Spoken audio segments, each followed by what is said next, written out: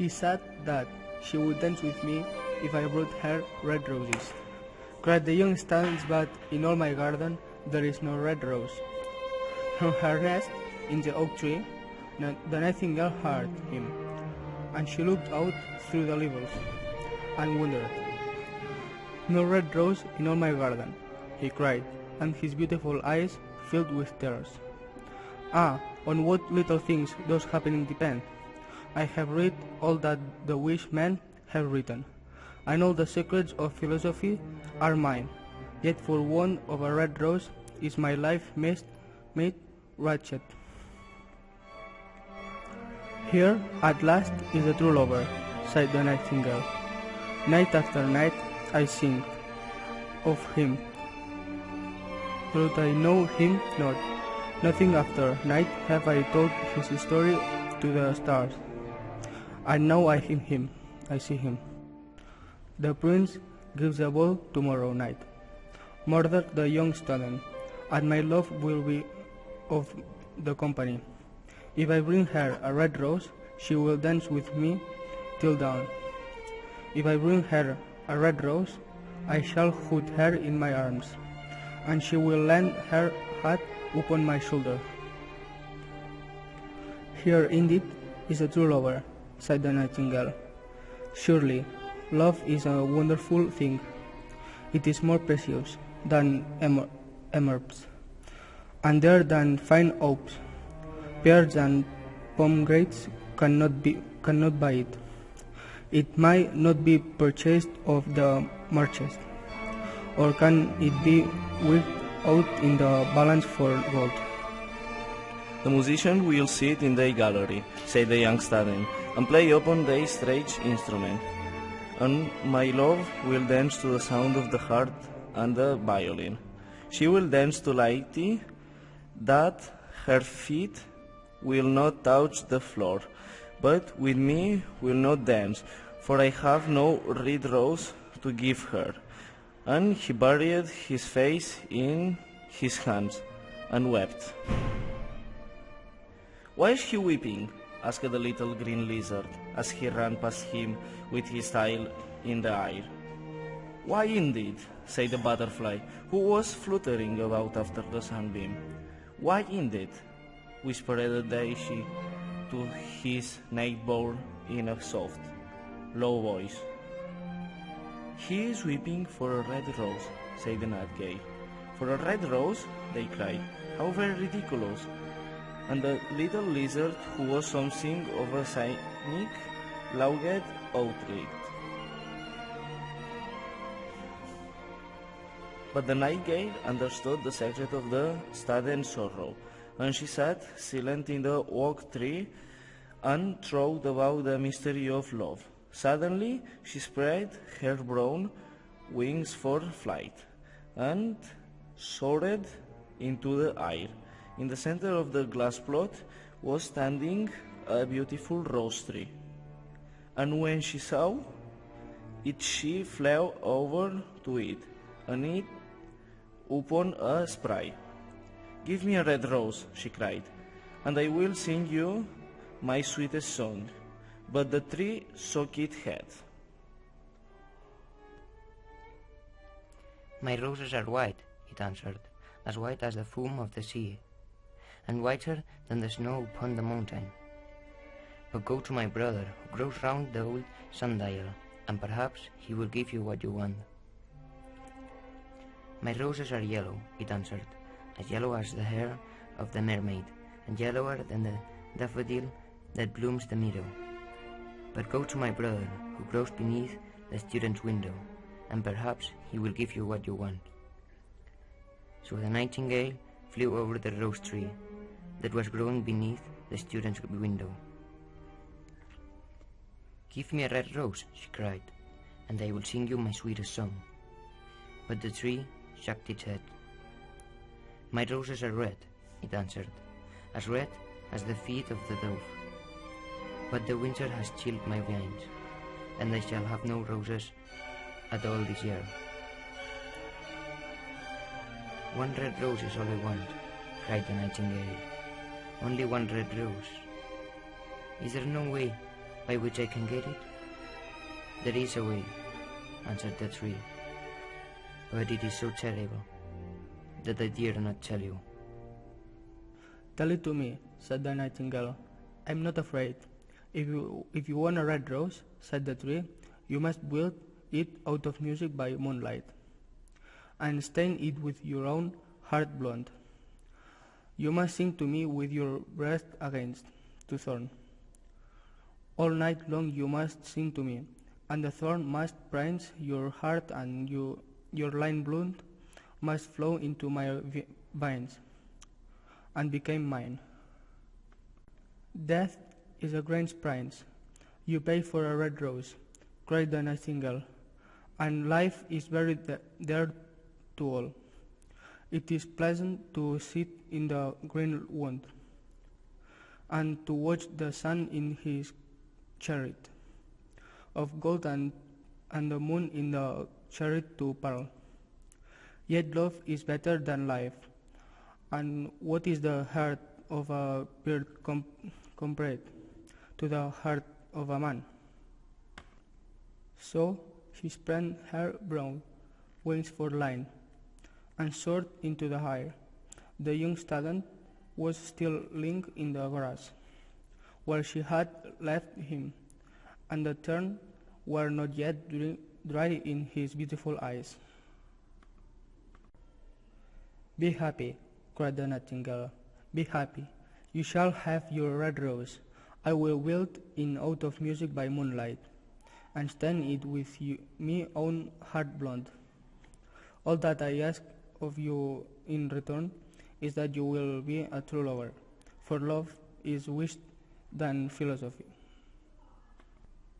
The student looked up from the grass and listened, but he could not understand what the nightingale was saying to him, for he only knew the things that are written down in books.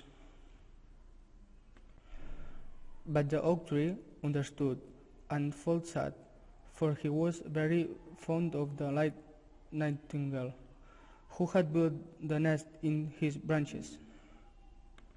Sing me one last song, he whispered. I shall feel very lonely when you are gone. So the nightingale sang to the oak tree, and her voice was like water bubbling from a silver jar.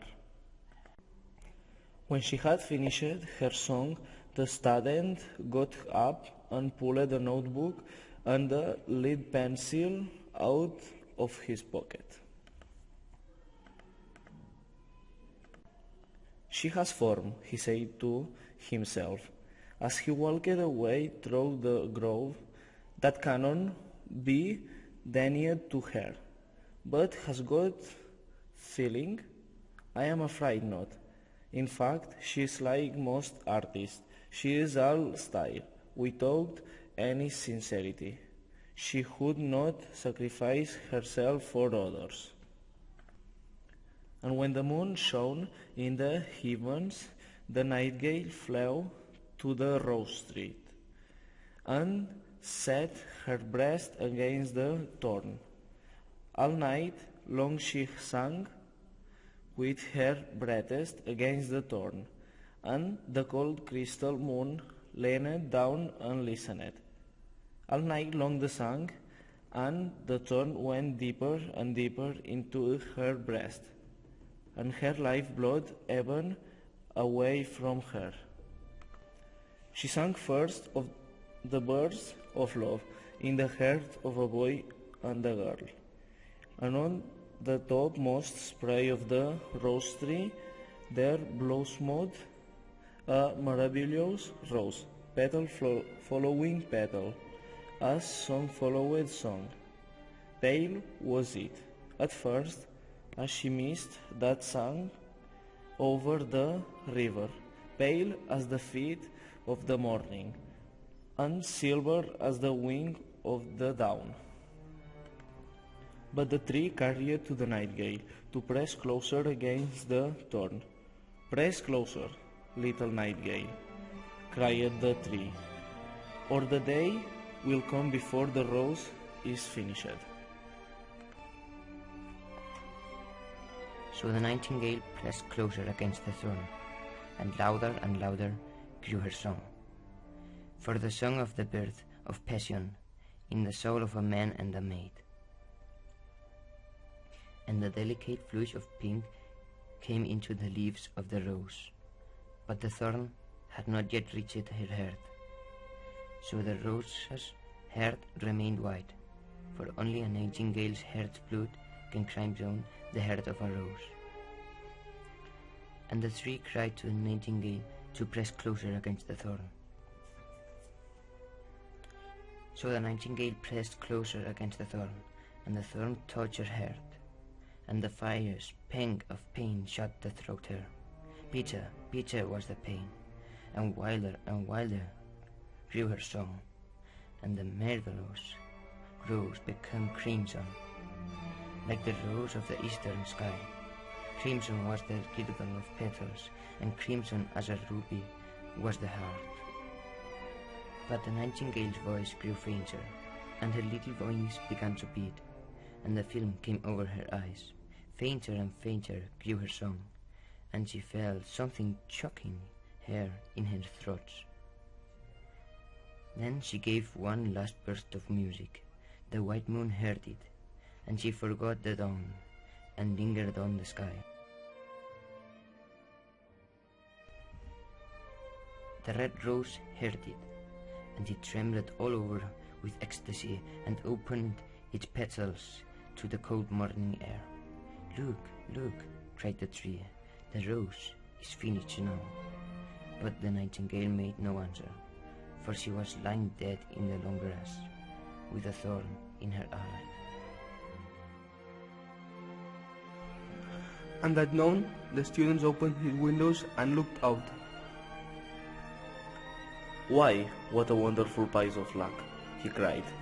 "He is a red rose.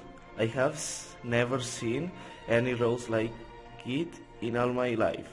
Then he put his hat and ran up to the professor's house with the rose in his hands. The daughter of the professor was sitting in the doorway, weaving blue silk on a reel, and her little dog was lying at her feet. "You said that you would dance with me if I brought you a red rose," cried the students. "Here is the reddest rose in all the world. You will wear it tonight next your heart, and as we dance together, it will tell you how I love you."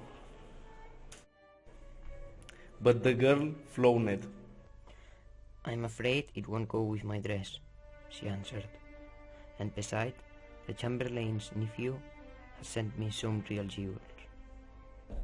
"Well, upon my word, you are very ungrateful," said the student, angrily, and he threw the rose into the street.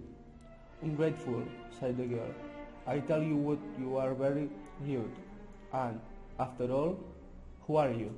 "Only the student." And she got up from her chair and went into the house. "What a silly thing love is," said the student as he walked away. "It is not half as useful as logic, for it does not prove anything, and it is always telling one of things that are not going to happen, and making one believe things that are not true. In fact, it is quite impractical, and as it is age of to be practical is everything. I shall go back to philosophy and study metaphysics."